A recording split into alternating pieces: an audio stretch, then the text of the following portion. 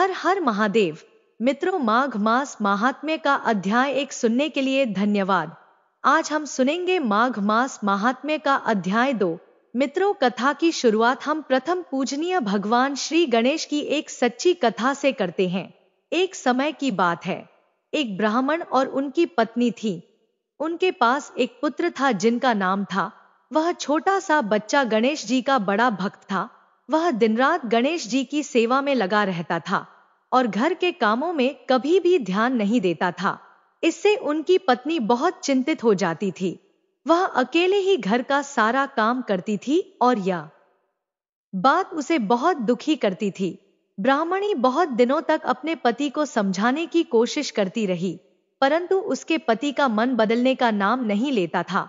घर में रोज झगड़ा होता था और उनका बेटा उनकी बातों का कभी ध्यान नहीं देता था। एक दिन बेटा बहुत दुखी हो गया और उसने तय किया कि वह गणेश जी से मिलकर ही वापस आएगा। उसने मन में ठान ली कि आज वह गणेश जी के पास जाकर ही घर लौटेगा। वह जोर जोर से जय गणेश बोलते बोलते बहुत दूर एक घने जंगल में चला गया।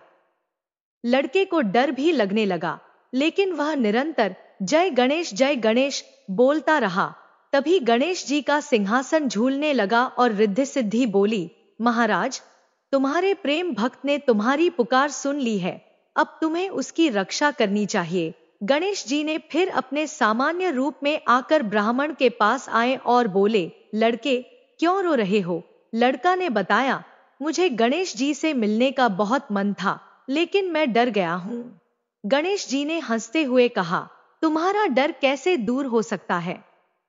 मैं यहां हूं। लड़के ने फिर डर के साथ जय गणेश जी बोलना शुरू किया। तब गणेश जी का सिंहासन हिलने लगा और रिद्धि सिद्धि बोली, महाराज, यह बच्चा सच्चा भक्त है, आपको उसकी रक्षा करनी चाहिए। फिर गणेश जी ब्राह्मण वेश में लड़के के पास आए और बोले, लड़के, घर चला जा। लड़का बहुत खुश हो गया और घर लौट आया। जब उसने घर की ओर देखा तो उसे चौंकने की बजाय अछूत दरबार दिखाई दिया। बाहर घोड़ा खड़ा था और अंदर दुल्हन बैठी थी। लड़के की मां बोली, तेरे भगवान गणेश जी ने हमारे प्रति बहुत कृपा की है, आज से हम सब गणेश जी की पूजा करेंगे। सब बहुत खुश हुए और ब्राह्मण का बेटा भगवान गणेश की पूजा करने लगा। गणेश जी को खुश देखकर उन्होंने कहा, तुम मुझसे कुछ भी मांगो, मैं तुम्हें सब कुछ दूंगा। लड़का ने सोचा और फिर बोला, मुझे तुम्हारा आशीर्वाद और भक्ति चाहिए, कुछ नहीं अधिक। गणेश जी बहुत प्रसन्न हुए और उसका आशीर्वाद दिया। इसके बाद उनका घर में सुख शांति बरसने लगी और उनके बेटे को सब धन धान्य से लाभ हुआ। मित्रों, अभी तक अगर आपने वीडियो को लाइक नहीं किया है तो वीडियो को लाइक करके चैनल को सब्सक्राइब कर दीजिए। अब आइए सुनते हैं माघ मास का महात्म्य अध्याय 2। राजा के ऐसे वचन सुनकर तपस्वी कहने लगा कि हे राजन, भगवान सूर्य बहुत शीघ्र उदय होने वाले हैं, इसलिए यह समय हमारे लिए स्नान का है, कथा का नहीं। सो आप स्नान करके अपने घर को जाओ और अपने गुरु श्री वशिष्ठ जी से इस महात्म्य को सुनो। इतना कहकर तपस्वी सरोवर में स्नान के लिए चले गए और राजा भी विधिपूर्वक सरोवर में स्नान करके अपने राज्य को लौटा और रानीवास में जाकर तपस्वी की सब कथा रानी को सुनाई। तब सूची कहने लगे कि महाराज, राजा ने अपने गुरु वशिष्ठ जी से क्या प्रश्न किया और उन्होंने क्या उत्तर दिया, सो कहिए। व्यास जी कहने लगे, हे सूत जी, राजा दिलीप ने रात्रि को सुख से सोकर सुबह ही अपने गुरु वशिष्ठ जी के पास जाकर उनके चरणों को छूकर प्रणाम करके तपस्वी के बताए हुए प्रश्नों को अति नम्रता से पूछा कि गुरुजी, आपने आचार, दंड, नीति, राज्य, धर्म तथा चारों वर्णों के चारों आश्रमों की क्रियाओं, दान और उनके विधान, यज्ञ और उनकी विधियां, व्रत, उनकी प्रतिष्ठा तथा भगवान विष्णु की आराधना अनेक प्रकार से तथा विस्तार पूर्वक मुझको बतलाई। अब मैं आपसे माघ मास के स्नान के महात्म्य को सुनना चाहता हूं, सो नियम पूर्वक इसकी विधि समझाइए। गुरु वशिष्ठ जी कहने लगे कि हे राजन, तुमने दोनों लोकों के कल्याणकारी, वनवासी तथा गृहस्थियों को पवित्र करने वाले माघ मास के स्नान का बहुत सुंदर प्रश्न पूछा है। मकर राशि में सूर्य के आने पर माघ मास में स्नान का फल गौ, भूमि, तिल, वस्त्र, स्वर्ण, अन्न, घोड़ा आदि दानों तथा चंद्रायण और ब्रह्मा कूर्च व्रत आदि से भी अधिक होता है। वैशाख तथा कार्तिक में जप, दान, तप और यज्ञ बहुत फल देने वाले हैं, परंतु माघ मास में इनका फल बहुत ही अधिक होता है। माघ में स्नान करने वाला पुरुष राजा और मुक्ति के मार्ग को जानने वाला होता है। दिव्य दृष्टि वाले महात्माओं ने कहा है कि जो मनुष्य माघ मास में भगवान के निमित्त नियम पूर्वक माघ मास में स्नान करता है वह अनंत फल वाला होता है। उसको शरीर की शुद्धि, प्रीति, ऐश्वर्य तथा चारों प्रकार के फलों की प्राप्ति होती है। अदिति ने 12 वर्ष तक मकर संक्रांति में अन्न त्याग कर स्नान किया। इससे तीनों लोकों को उज्जवल करने वाले 12 पुत्र उत्पन्न हुए। माघ में स्नान करने से ही रोहिणी, सुभगा, अरुंधति दानशीलता हुई और इंद्राणी के समान रूपवती होकर प्रसिद्ध हुई।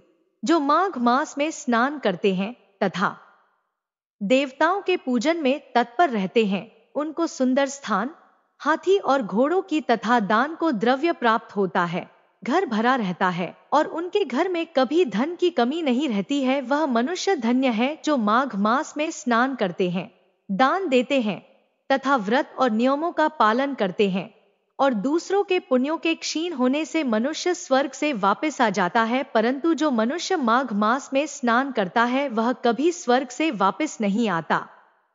इससे बढ़कर कोई नियम, तप, दान, पवित्र और पाप नाशक नहीं है। भृगुजी ने मणि पर्वत पर विद्याधरों को यह सुनाया था। तब राजा ने कहा कि ब्राह्मण भृगु ऋषि ने कब मणि पर्वत पर विद्याधरों को उपदेश दिया था, सो बताइए। तब ऋषि जी कहने लगे कि राजन, एक समय 12 वर्ष तक वर्षा न होने के कारण सब प्रजा क्षीण होने के कारण संसार में बड़ी उद्विग्नता फैल गई। हिमाचल और विंध्याचल पर्वत के मध्य का देश निर्जन होने के कारण श्राद्ध, तप तथा स्वाध्याय सब कुछ छूट गए। सारा लोक विपत्तियों में फंसकर प्रजाहीन हो गया।